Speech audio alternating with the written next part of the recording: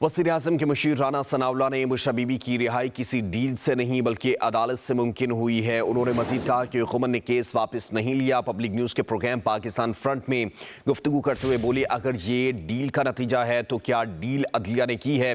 खामखा deal का तासुर देकर अदलिया को मुतनाज़ किया जा रहा है।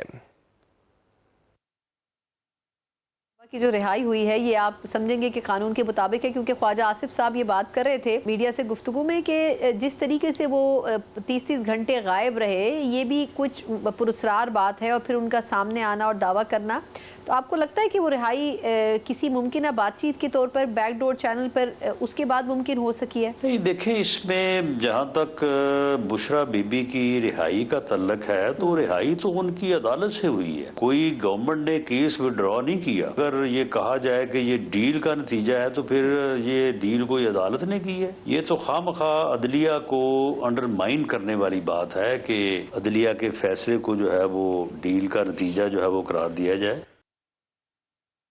की जो रिहाई हुई है ये आप समझेंगे कि कानून के मुताबिक है, क्योंकि ख्वाजा आसिफ साहब ये बात कर रहे थे मीडिया से गुफ्तगू में कि जिस तरीके से वो 30-30 घंटे गायब रहे, ये भी कुछ पुरस्रार बात है। और फिर उनका सामने आना और दावा करना, तो आपको लगता है कि वो रिहाई किसी मुमकिन बातचीत के तौर पर बैकडोर चैनल पर उसके बाद मुमकिन हो सकी है? नहीं, देखें, इसमें जहाँ तक बुशरा बीबी की रिहाई का तल्लक है तो रिहाई तो उनकी अदालत से हुई है। कोई गवर्नमेंट ने केस विड्रॉ नहीं किया। अगर ये कहा जाए कि ये डील का नतीजा है तो फिर ये डील कोई अदालत ने की है। ये तो खामखा अदलिया को अंडरमाइन करने वाली बात है कि अदलिया के फैसले को जो है वो डील का नतीजा जो है वो करार दिया जाए।